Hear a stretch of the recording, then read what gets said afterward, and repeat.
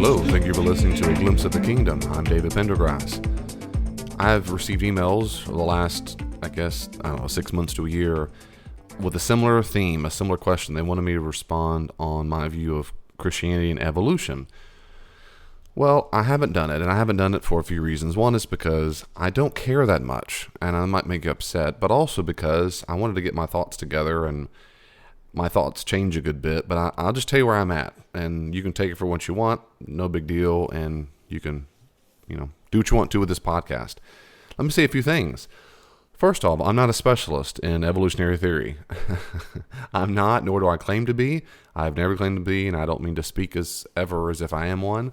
Lord knows that is not my specialty. I've had my biology classes in high school undergraduate degree like most people, and that's fine.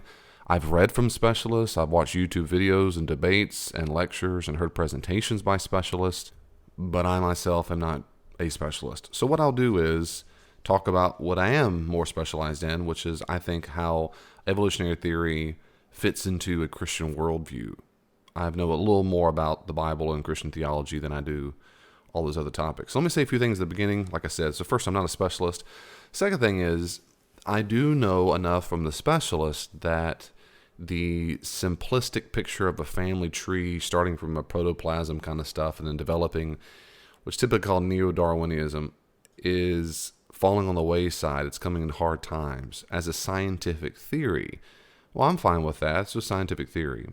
So the typical definition of evolution for a typical specialist, they don't make distinction between a macro and a micro.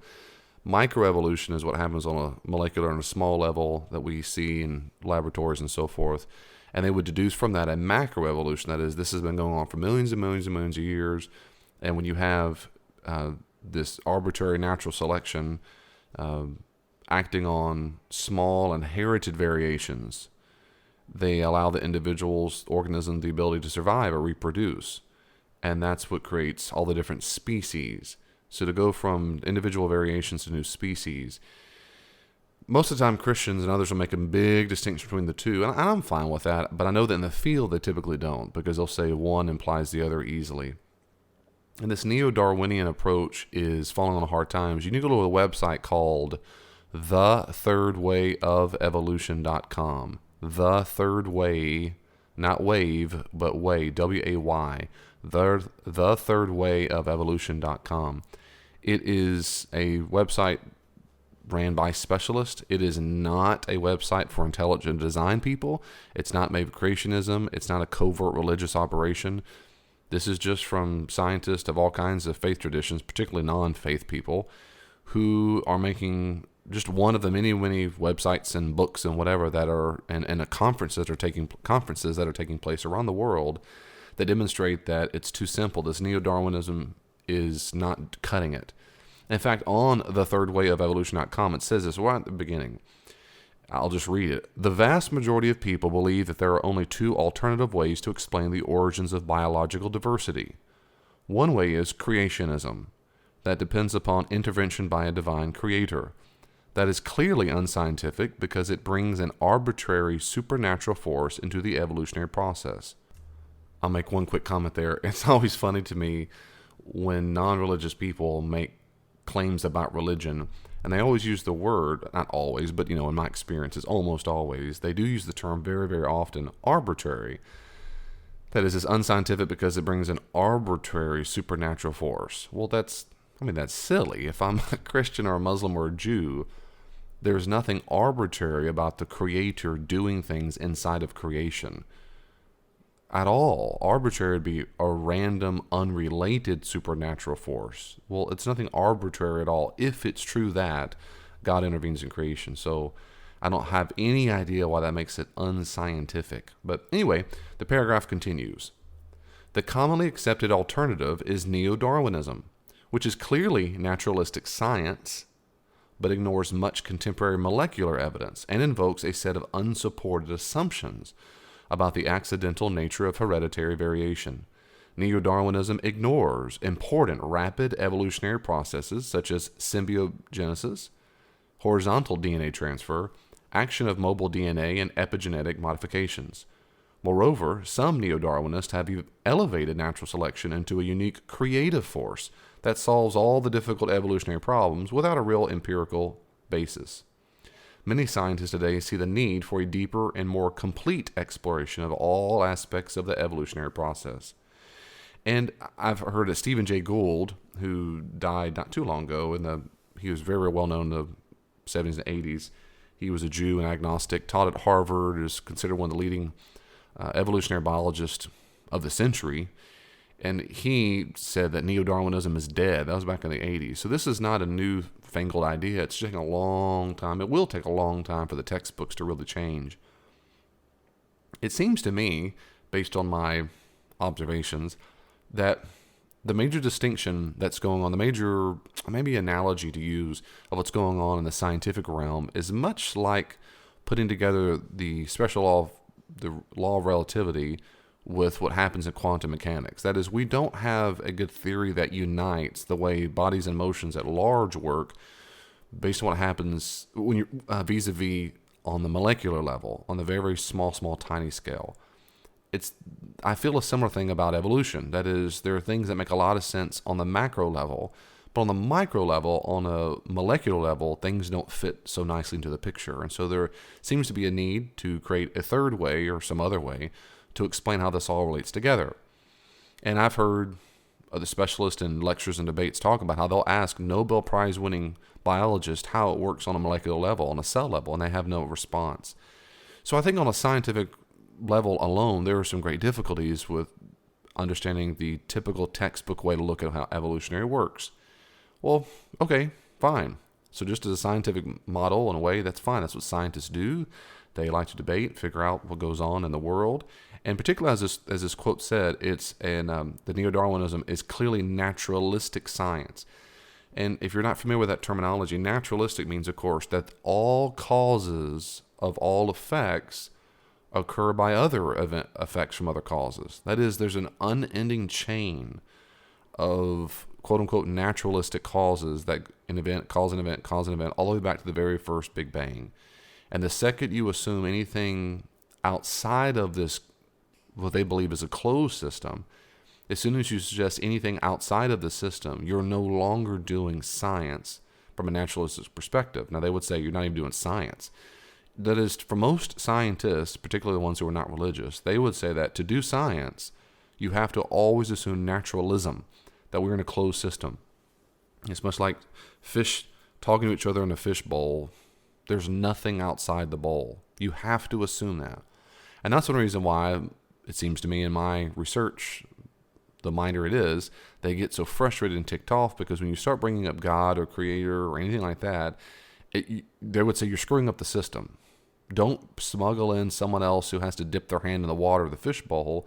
First, let's see if we can figure out just within the system what occurs. Well, that's a philosophical worldview.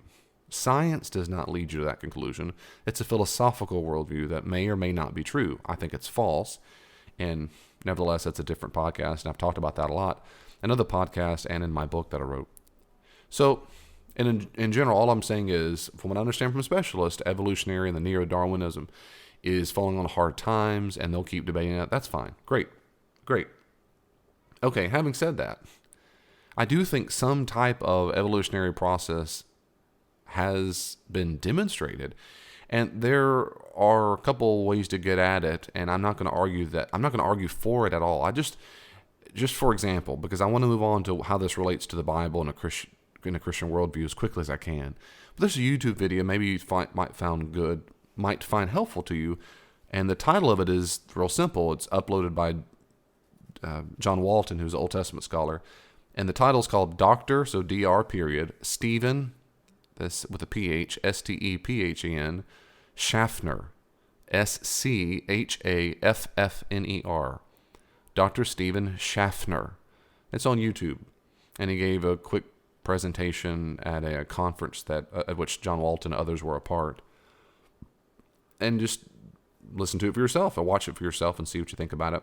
There are videos like that all over that give the reasons why the average scientist thinks evolution to some degree is just as absolute proven fact as that the earth is round and so forth.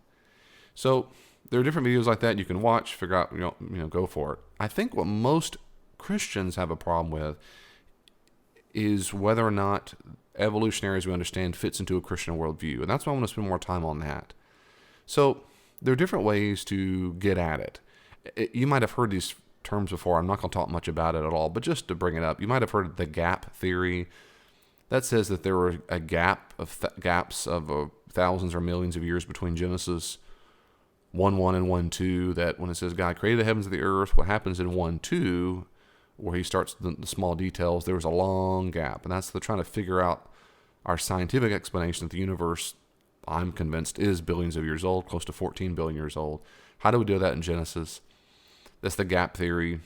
The day-age theory is the theory that posits each day mentioned in Genesis was actually a much longer period, thousands or millions of years. So a day doesn't really mean 24-hour period. There are a lot of people will say that's exactly what it is, and that day, yom in Hebrew, can mean literal 24-day. It can also mean a time period. Anyway, you can join the debate all you want there. A third major view is called theistic evolution.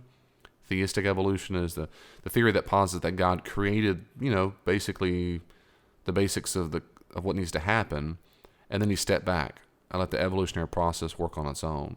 So it's theistic in that he rigs the game, but he lets quote-unquote naturalistic mechanisms to develop as they need to develop. So he designed it, but then he designed it such that it would do its own thing. That means he doesn't intercede. He doesn't jump in there from time to time. Now, a fourth major way is called progressive creation. That said, God does do what he does in theistic evolution, but he does step in at different times to guide the process. So theistic evolution typically posits that God steps back and then lets the clock unwind and see what happens. But this progressive creation is that God does, in fact, do the miraculous. He jumps in from time to time and goes from there. So what most of these theories have in common is the most Christians are trying to grapple with the fact of the Bible talks about God being creator. And of course, you have texts in Genesis 1 and 2, and particularly in the book of Job, there's a whole lot about God being creator and how he created in Job. So the issue is, what do we do with that? What do we do with the fact the Bible has talk about God being creator, but how do we jive that with modern scientific theory? And I very much empathize with you might say, that struggle. But here's the deal. And this is a shame because a lot of people won't listen to the podcast based on my view alone, because this has, for a lot of people, become the litmus test of whether or not you are a Christian. I don't read the Bible that way. I don't read the Bible as a text or full of texts which need to comport to scientific theory, because I do not think the Bible is a science textbook, nor do I think it contains any scientific theories about the way the world works. For example, where in the Bible is there any mention of a mechanism of how organisms develop? A mechanism of how organisms develop. For example, look in Genesis 1:11-12. In Genesis 1:11-12, it says this, in the NET translation. God said, let the land produce vegetation. Let the land produce vegetation. It didn't say he created vegetation. He said, let the land produce it. Plants yielding seeds according to their kinds, and trees bearing fruit with seed in it according to their kinds. It was so. Verse 12, the land produced vegetation. Plants yielding seeds according to their kinds, and trees bearing fruit with seed in it according to their kinds. God saw that it was good. So we have in Genesis one of a few references where God let the land, so called for the land to do the work. The land to do the work. But it doesn't have a mechanism. It doesn't tell us how that happens, how long. Now, how long does it take for vegetation to grow? So if you think that all the vegetation grew around the planet in one 24-hour period, then you are assuming that. There's nothing in the text to make us think that vegetation grew faster back then as it does now. So how long would it take for all the vegetation around the globe to grow? Or even if you include just the Mesopotamian culture, it would have taken a long time. Trees still take a long time. You plant a tree now and it might be full grown by the time you're a grandparent. I mean, it just takes a long time. So all that to say, there's no mechanism described. Another thing is, most Christians think that God is the direct cause of all events. I hear this all the time. Even amongst scholars sometimes will say ancient people thought God did everything. That's false. The Bible does not demonstrate that God did everything. They do very much believe God is sovereign. Jews and Christians have always suggested that and argued that and assumed it. That's exactly right. That's biblical. But to be sovereign does not mean he is the direct, immediate cause of all things. That the Bible doesn't support that. It means at minimum, nothing that occurs in the universe is beyond his ability to change or correct, except for human free will. He does not make a human's free will not free. But all events that occur are not beyond what he allows to happen, for sure. But let's be biblical again for a second. Look in Mark chapter 4, verse 27. Mark 4:27. And Mark 4:27, we have this, this whole chapter is about Jesus giving parables about seed and soil and so forth. In Mark 4:27 is this parable. We'll start in verse 26. He also said, "The kingdom of God is like someone who spreads seed on the ground. He goes to sleep and gets up night and day, and the seed sprouts and grows, though he does not know how." Verse 28, "By itself the soil produces a crop, first the stalk, then the head, then the full grain in the head. And when the grain is ripe, he sends out the sickle because the harvest has come." These kind of examples are all through the Gospels. It does not say, then God caused the growth. Then God made a plant grow. He's assuming what any person would have assumed in the ancient world, which is the earth does it somehow. We don't have a mechanism. We don't know how it grows. We're just sure if we give the right soil and we give a lot of water and sun, apparently it grows. It's great. But there's no naturalistic explanation or mechanism explicitly described. But it is assumed that God the Father, or Son or Spirit, are not causing it directly. They didn't believe God caused everything that occurred. So there's just both and approach. Some things we don't know how it happens. But other things we do know how it happens. God inspired certain people. He sends prophets. He so forth. But other times it doesn't give any explanation at all. So the Bible doesn't say that. And also, where's this mechanism of how nature develops? In the creeds. At no time in the early church did this ever become a debatable issue. But in most Christian teaching this day, particularly the conservative fundamentalist side, this is absolutely the litmus test of being a Christian, like I've already said. For example, a well-known fundamentalist author, Ken Ham, he writes, quote, "Once you accept evolution and its implications about history, then man becomes free to pick and choose which parts of the Bible he wants to accept." End quote. That's silly. That's silly. What does evolution have anything to do with picking and choosing the parts of the Bible he wants to accept? They're completely unrelated. You can believe there are natural mechanisms at play. You can even believe God designed them. It has nothing to do with picking parts of the Bible you want to accept. I mean, this is nonsense. He goes on to say, as many people do, that there are biblical doctrines dependent on reading Genesis a certain way, particularly Paul's teaching of sin in Romans 5 and 1 Corinthians 15:22, and the doctrine of marriage and future judgment and so forth. Well, there's some truth in that. I want to say just a couple quick thoughts about that, and maybe I'll do another podcast another time. But first of all, the quote-unquote fall isn't in the Old Testament at all. I know in Christian theology we often call it the fall, or in the church called the fall, when Adam and Eve fell and they sinned. That concept is not in the Old Testament. It's never called the fall, and not one person in the entire Old Testament blames Adam for his or her sin. Ever. No one in the Old Testament ever goes back to Adam and Eve and says, "Oh, there's the problem. That's where it all started." The problem is Adam and Eve. It never does that. So if they thought that or believed it, the only reference we have to that at all is that Adam sinned. Adam and Eve sinned. But we have no instance in the Old Testament at all, and I would argue the New Testament as well, I'll go there in a second, where Adam and Eve's sin are blamed for why we have quote-unquote fallen, why the humanity is the way it is. That is, the Old Testament does not explain the quote-unquote fall of Adam and Eve as having a meta impact. that belief comes in Judaism many centuries later, but it's not in the Old Testament. Now, ancient Jews probably would have blamed Adam and Eve for why women have childbirth pains and men have to work as hard as they do in the soil, but not for why they sin. If you go to Romans chapter 5, 12, and 15, and 17, it also does not blame Adam for why I sin. And I hear this all the time by people who cannot tolerate the word evolution inside a Christian worldview. They'll say things like, if Adam didn't fall, then there's no need for salvation. Well, again, I don't find that compelling. The Bible never says that. Look at Romans 5:12. In Romans 5:12, in this section on Romans 5, Paul is talking about, he's just making a great distinction between the difference that Christ makes. He brings life, Adam brought death, but Christ brings life, and so forth. In Romans 5:12, he says this, so then, just as sin entered the world through one man and death through sin, and so that's about Adam, all right? Adam sinned. I do believe there is an historical Adam.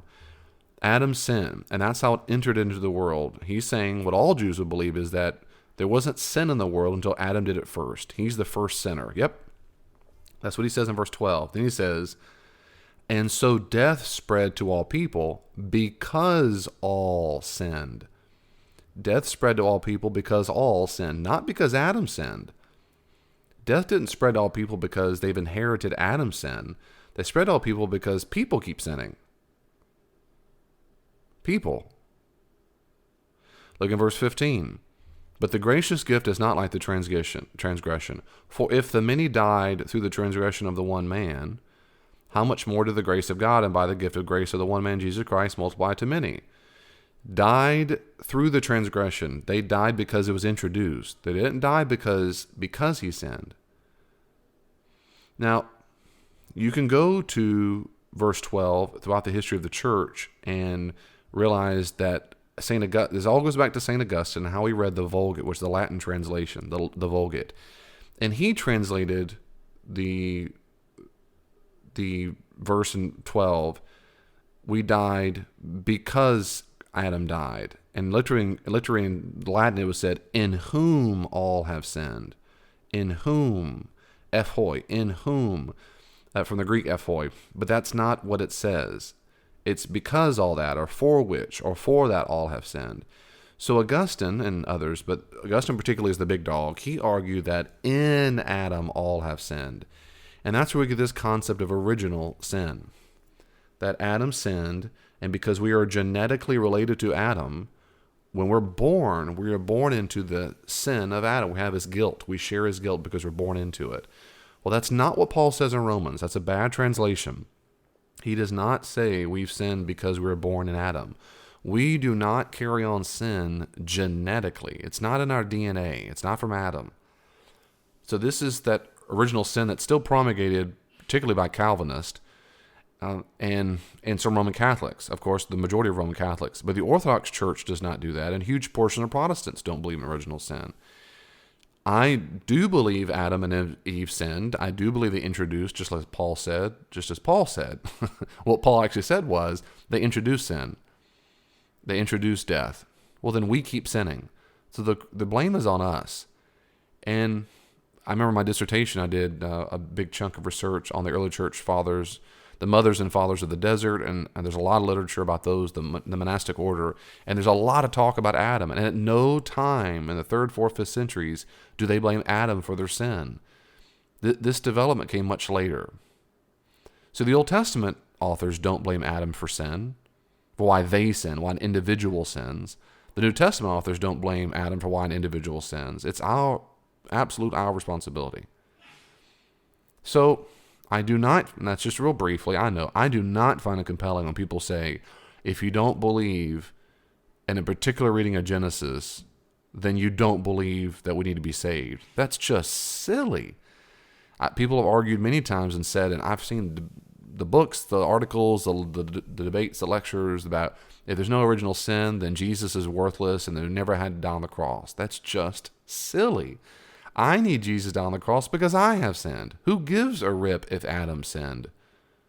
Who gives a rip? I have sinned.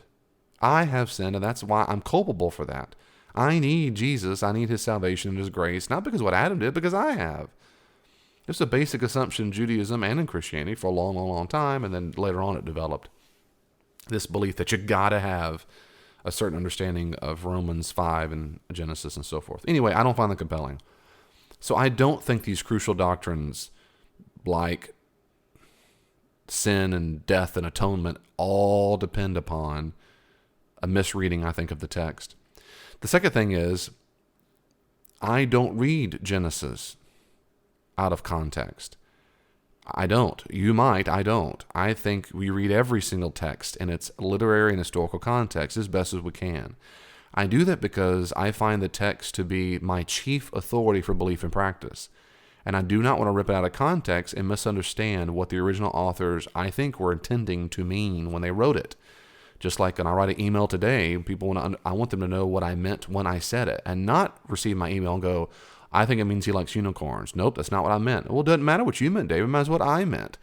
I think that's just nonsense. It does matter what I meant. And the best way we can get to what the ancient person understood or what they meant was an understanding historical and literary context. So when we do that of every single biblical text, we don't pick and choose which Bible text to put in context. We read every single narrative, every single everything in context, including Genesis. And scholars have done this for a long time. There's one scholar I mention a lot because I think he does the best job. I think he does the best job at articulating how to read Genesis in particular in an ancient context. His name is John Walton. John Walton is a very, very fine Old Testament scholar. He's a real nice, humble guy, but he also is a fine, fine scholar who I think is quite articulate and can explain his views very well. So I read Genesis in its ancient literary context, and when you do that, things make a lot more sense. There are two, you might not find that compelling. That's fine. That's fine. I'm just telling what my view is. My view is to read in its ancient context. And you can read all the scholars you want, but the one I'm recommending is John Walton, and he has a lot of books on this. For example, The Lost World of Genesis 1, The Lost World of Adam and Eve. I think his case is by far the most compelling, which means you do not read Genesis in ancient context as a science textbook. It was not a science textbook. It wasn't a textbook on biology or botany or anything else like that. It's an ancient book full of ancient narratives and ancient genres. And you need to ask the right questions of the text when you read it. If you go to the Old Testament, say, for example, Genesis 1 and 2, and ask materialistic origins, like where did the stuff come from, you're asking the wrong questions. You're asking it because you're a modern post-Enlightenment thinker. In the ancient world, they didn't think that way and they did not ask those questions much ever. What they asked was, who's in control and what's the purpose?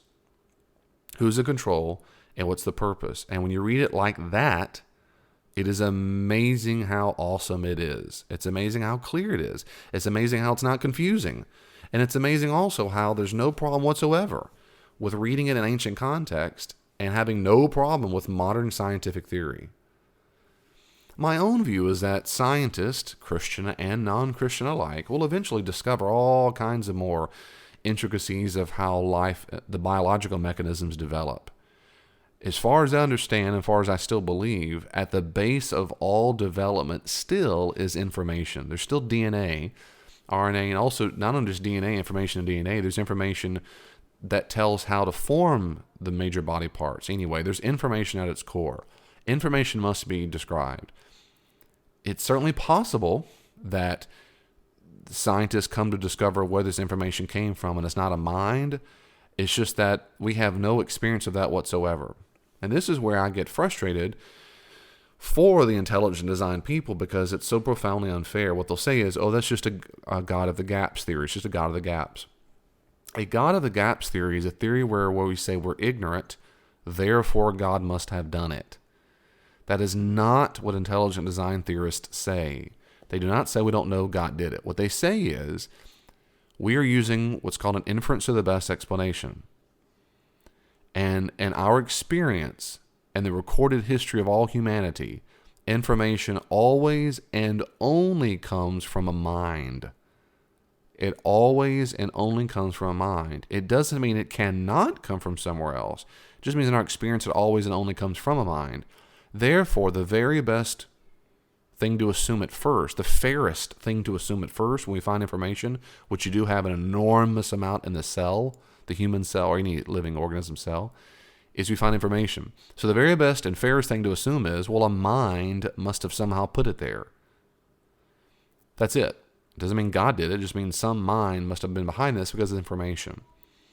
Nevertheless, is it possible they find a mechanism or something that give us information? I guess it's possible.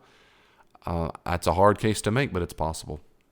Anyway, I don't doubt that scientists will continue to debate this and figure out more and more how this functions and so forth, but you still got to answer the question where the information come from in the beginning. And that problem is well known amongst biologists, and that's why as far as I know, and the specialists I've heard and read, the top theory of where information came from on this earth is from somewhere else. It's called panspermia. That is, aliens dropped it off, or it came from an asteroid, but did not develop. It came from somewhere else. It could not have just arisen by itself on this earth for a lot of reasons. But of course, that just makes the problem go back one step further, right? That is, if it came from Martians, where did the Martians get the information from? It came from somewhere. At some point, some information had to be there, and we are far away from answering that question. So I don't read Genesis as a science textbook because there is no compelling reason to read it as a science textbook.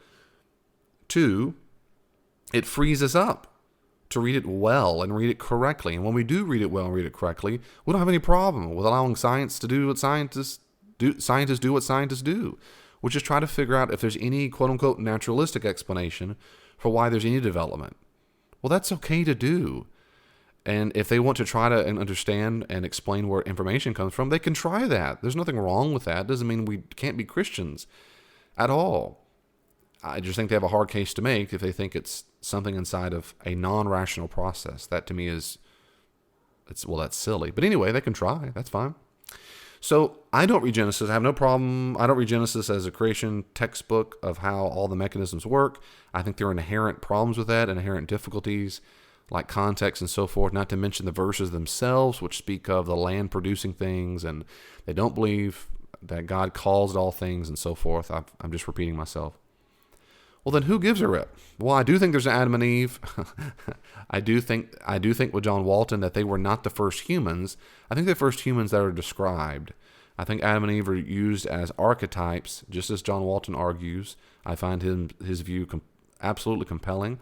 I think Adam and Eve were the first humans who sinned. I think that sin affected other humans in that they set a real bad example, as it were.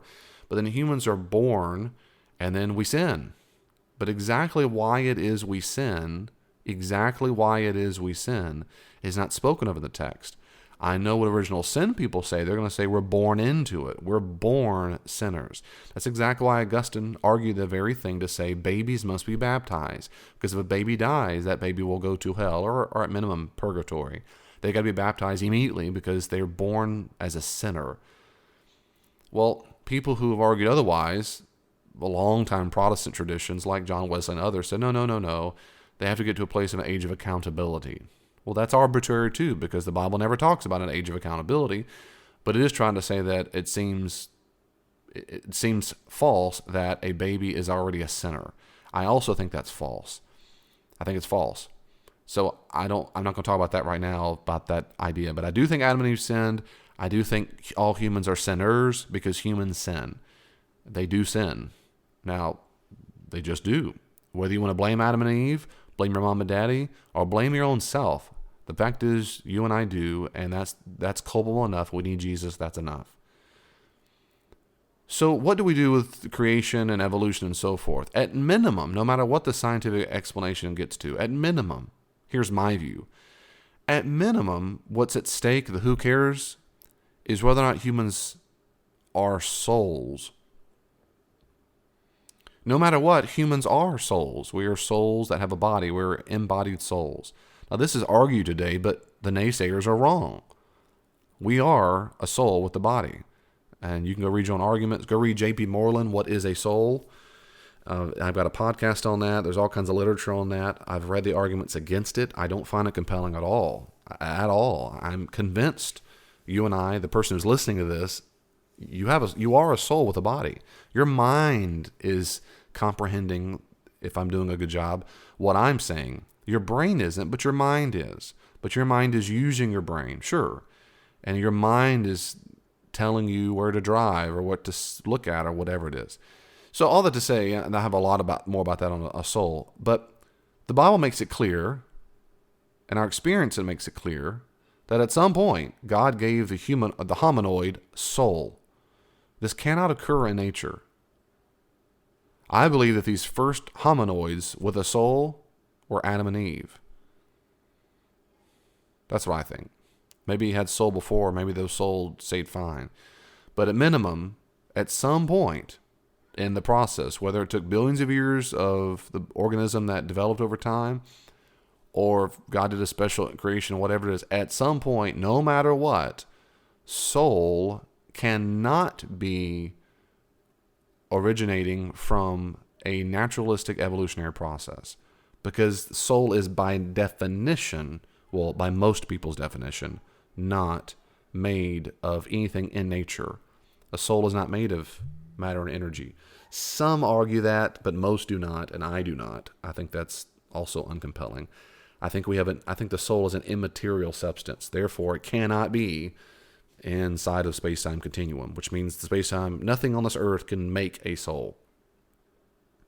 So all humans were created in Genesis 1. That's what I think. Then Adam and Eve were archetypes. They were meant to take care of the cosmic Garden of Eden, the Garden of God, which all ancient people thought the gods had gardens. That's what Eden means. And the Bible, again, never says they were the first humans, just the first ones who begin to do things in the narrative, the ones who rebel and are punished because of it. So, kind of throwing this all over the place, I just don't care much about the role of evolutionary science and creation as in a Christian worldview. If the science, how will I say it this way? If scientists demonstrate that our bodies develop over time, okay. Then as a Christian, I'm convinced God designed that ability of nature. I believe the same thing about the laws of nature. No one freaks out if I say, hey, you see that waterfall? That occurs because a force pulls the water down toward the mass of the earth. No one calls me an atheist because of that. No one says that. No one, David, God causes, he pushes the water down with his God fingers or whatever. But if you ask the question, hey, David, where did that force come from? Where did the force come from that pulls the water down toward the mass? I've got to posit something outside of nature to explain why the universe is the way it is.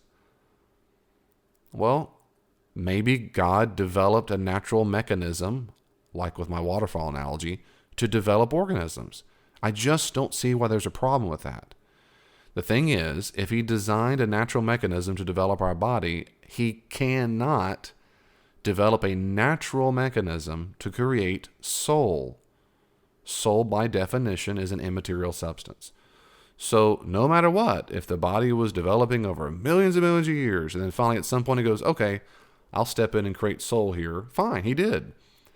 And by the way, little footnote, Christians are still divided, all the way back to Augustine, of whether or not the soul is created brand new in every human when you're born, or if it's passed down in some kind of soulish way from Adam from the very beginning. Most Christians, I think this is fair to say most, I know I am one, but I think most in my research would say that souls are created brand new. That is, I did not exist, nor did any part of, I don't have a soul that's broken off from my parents and broken off their parents all the way back to Adam. That's also another reason why original sin is so uncompelling to me. Because if God creates souls brand new, in what possible way did Adam's sin affect mine at birth? You'd have to say sin transports to DNA. I think that's dumb. Morality and my inclination to sin is not a genetic feature. There's no molecule called sin. There's no chromosome called sinner. I mean, that's just silly. I would have to be related by my soul in a moral sense to Adam, and I don't see any reason to think that. The Bible doesn't make that clear, and I think it leans toward suggesting that our souls are brand new. Now, Origen believed it was not. Our souls were out somewhere else and we're eternal and blah, blah, but that was considered heresy pretty early on. All that to say, I don't think that our souls they don't come from a natural mechanism. So I do think, no matter what, God did design a natural mechanism, and that at some point he gives this hominoid creature a soul. By the way, C.S. Lewis had the exact same view, but I do. So scientists can keep debating evolution to the nosebleeds. That's wonderful. And I don't think there is one threat whatsoever to the Christian worldview. Well, if you've listened this far and you disagree with me, you're probably very, very angry and say I'm not taking the Bible seriously, and I'm not reading Genesis well, and I don't believe in the authority of Scripture, and I don't believe in Jesus, and I can't be a Christian. And I've heard all this stuff before, and I'm sorry you think that way. I'm very, very much a devoted disciple of Jesus. I've given my life to him, and everything I do, my best is to glorify and honor him. Also, I'm doing the very best job I can to read the Bible in context, because I respect it so much. And if I can find Bible verses written in context that tell me mechanisms and how they work, and you can convince me, I will gladly publicly shout it from the rooftops and record podcasts on how I've changed my mind. I'm happy with that. But until that happens, those are some quick thoughts. God bless you. See you next time. Thank you so much for listening to the podcast. I really do hope that you enjoyed it. I hope you'll listen more. If you want more, go to davidpendergrass.com. There are tabs at the top that let you have access to all the podcasts I've recorded, to sermons I've done, books I've written. They're all there at davidpendergrass.com. You can also check me out on Facebook, facebook.com/glimpse of the kingdom. facebook.com/glimpse of the kingdom. And also look at my Twitter feed at glimpse the kingdom, or at Dr. D. Pendergrass, at Dr. D. Pendergrass. There's tons of ways reached out. I hope you will. Send me your questions, send me your comments. If you'd like to support the ministries of Glimpse of the Kingdom, you can also find ways to give online on davidpendergrass.com. If you'd like for me to come and do some consulting, check out my website, davidpendergrassconsulting.com, and I'll be happy to come out and speak to your organization and help and train any way I can. God bless you. See you online.